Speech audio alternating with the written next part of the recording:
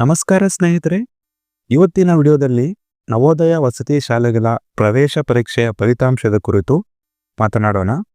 ಸ್ನೇಹಿತರೆ, ಅನೇಕ ವಿದ್ಯಾರ್ಥಿಗಳು ಮತ್ತು ಪೋಷಕರು ರಿಸಲ್ಟ್ಸ್ ಯಾವಾಗ ಬಿಡುಗಡೆ ಮಾಡುತ್ತಾರೆ ಮತ್ತು ಇನ್ನೂ ಎಷ್ಟು ದಿನ ಕಾಯಬೇಕು, ಆಯ್ಕೆ ಆಗದಿದ್ದರೆ ಮುಂದೆ ಏನು ಮಾಡಬೇಕು ಎಂದೆಲ್ಲ ಪ್ರಶ್ನೆಗಳಲ್ಲೇ ಇದ್ದೀರಾ.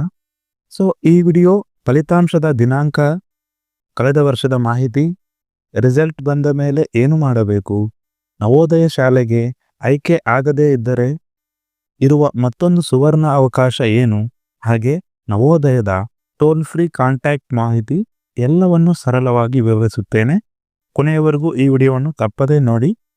ನೀವು ನಮ್ಮೊಂದು ಚಾನಲ್ಗೆ ಹೊಸಬರಾಗಿದ್ದರೆ ನಮ್ಮೊಂದು ಚಾನಲ್ನ ಸಬ್ಸ್ಕ್ರೈಬ್ ಮಾಡಿಕೊಂಡು ಪಕ್ಕದಲ್ಲಿರುವ ಒಂದು ಬೆಲ್ ಐಕನ್ನು ಒತ್ತುವುದರ ಮೂಲಕ ನಾನು ಮಾಡುವ ಎಲ್ಲ ಒಂದು ವಿಡಿಯೋಸ್ ನಿಮಗೆ ನೋಟಿಫಿಕೇಶನ್ಗೆ ಬರುತ್ತೆ.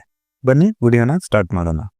ಸ್ನೇಹಿತರೆ, ಈ ವರ್ಷ ನವೋದಯ ವಸತಿ ಶಾಲೆಗಳ ಪರೀಕ್ಷೆ ಯಶಸ್ವಿಯಾಗಿ ನಡೆದಿದೆ. ಇದೀಗ ಎಲ್ಲರಿಗೂ ಇರುವ ಪ್ರಮುಖ ಪ್ರಶ್ನೆ, ರಿಸಲ್ಟ್ ಯಾವಾಗ ಪ್ರಕಟ ಆಗಬಹುದು? ಲಭ್ಯವಿರುವ ಮಾಹಿತಿ ಪ್ರಕಾರ ಹಾಗೂ ಹಿಂದಿನ ವರ್ಷಗಳ ಅನುಭವದ ಆಧಾರದಲ್ಲಿ ನವೋದಯ ಫಲಿತಾಂಶ ಜನವರಿ ತಿಂಗಳ 2ನೇ ವಾರದಲ್ಲಿ ಪ್ರಕಟ ಆಗುವ ಸಾಧ್ಯತೆ ಇದೆ. ಕಳೆದ ಬಾರಿ ಜನವರಿ 18ನೇ ತಾರೀಕಿನಂದು ಫಲಿತಾಂಶ ಪ್ರಕಟವಾಗಿತ್ತು. ಅದೇ ಮಾದರಿಯಲ್ಲಿ ಈ ವರ್ಷವೂ ಸಹ ಇವ್ಯಾಲ್ಯೂಯೇಷನ್ ಪ್ರಕ್ರಿಯೆ, ಮೆರಿಟ್ ಲಿಸ್ಟ್ ತಯಾರಿ, ಕ್ಯಾಟಗರಿ ವೈಸ್ ಸೆಲೆಕ್ಷನ್ ಎಲ್ಲವೂ ಮುಗಿದ ನಂತರ 2ನೇ ವಾರದಲ್ಲಿ ರಿಸಲ್ಟ್ ಬರುವ ಸಾಧ್ಯತೆ ಹೆಚ್ಚಿದೆ. ಸ್ನೇಹಿತರೆ, ದಯವಿಟ್ಟು ನೀವು ಗಮನಿಸಬೇಕು, ಇದು ಅಂದಾಜು ಮಾಹಿತಿ ಆಗಿರುತ್ತದೆ. ಅಧಿಕೃತ ದಿನಾಂಕವನ್ನು ಜವಾಹರ್ ನವೋದಯ ವಿದ್ಯಾಲಯ ಸಮಿತಿ ಅಧಿಕೃತವಾಗಿ ಪ್ರಕಟಿಸುತ್ತದೆ.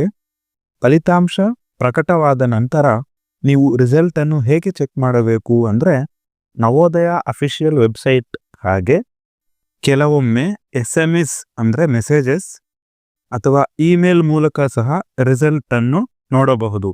ರಿಸಲ್ಟ್ನಲ್ಲಿ ಸಾಮಾನ್ಯವಾಗಿ ಸ್ಟೂಡೆಂಟ್ ನೇಮ್ ಇರುತ್ತದೆ, ರೋಲ್ ನಂಬರ್, ಸೆಲೆಕ್ಷನ್ ಸ್ಟೇಟಸ್, ಮುಂದಿನ ಹಂತದ ಸೂಚನೆಗಳು ಇರುತ್ತವೆ.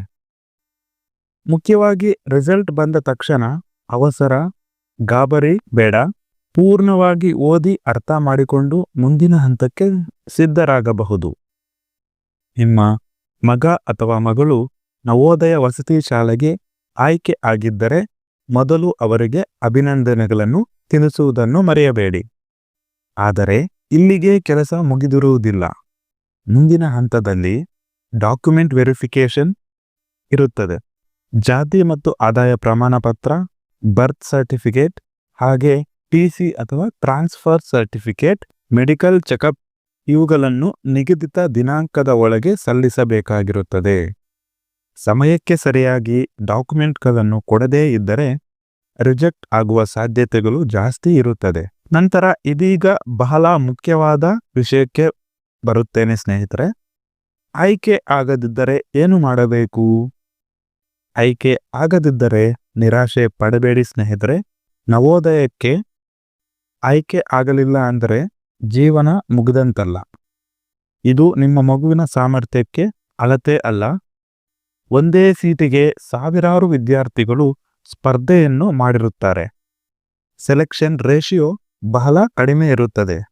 ಅದರ ಅರ್ಥ ನಿಮ್ಮ ಮಗು ಯೋಗ್ಯವಲ್ಲ ಅನ್ನೋದಲ್ಲ. 6ನೇ ತರಗತಿ ನವೋದಯದಲ್ಲಿ ಆಯ್ಕೆ ಆಗಲಿಲ್ಲ ಅಂದರೆ ಕತೆ ಮುಗೀತಾ? ಇಲ್ಲ ಸ್ನೇಹಿತರೆ, ಅದೇ ದೊಡ್ಡ ಕಲ್ಪನೆ. ನವೋದಯ ವಸತಿ ಶಾಲೆಯಲ್ಲಿ 9ನೇ ತರಗತಿಗೂ ಪ್ರವೇಶ ಪರೀಕ್ಷೆ ಇರುತ್ತದೆ. ಅಂದರೆ ನಿಮ್ಮ ಮಗು 6ನೇ ತರಗತಿಯ ಪ್ರವೇಶ ಪರೀಕ್ಷೆಯಲ್ಲಿ ಆಯ್ಕೆ ಆಗದಿದ್ದರೆ 9ನೇ ತರಗತಿಗೆ ಮತ್ತೊಮ್ಮೆ ನವೋದಯ ಸೇರುವ ಅವಕಾಶ ಇರುತ್ತದೆ.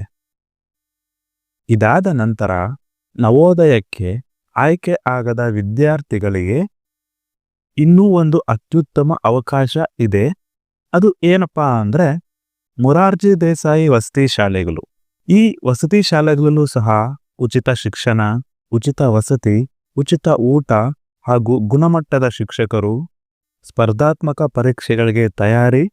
ಈ ಶಾಲೆಗಳಲ್ಲಿ ನವೋದಯದಂತೆ ಡಿಸಿಪ್ಲಿನ್ ಎಜುಕೇಶನ್, ಉತ್ತಮ ರಿಸಲ್ಟ್ ಹಾಗೂ ಎಲ್ಲವೂ ಉತ್ತಮವಾಗಿರುತ್ತದೆ. ಆದ್ದರಿಂದ ಪೋಷಕರೇ, ಒಂದು ಅವಕಾಶ ಕೈ ತಪ್ಪಿದರೆ ಇನ್ನೊಂದು ಬಾಗಿಲು ತೆಗೆದಿರುತ್ತದೆ.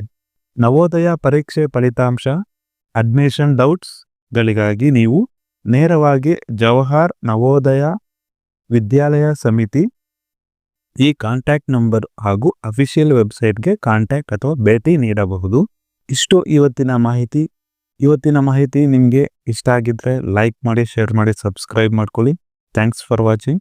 ಜೈ ಹಿಂದ್.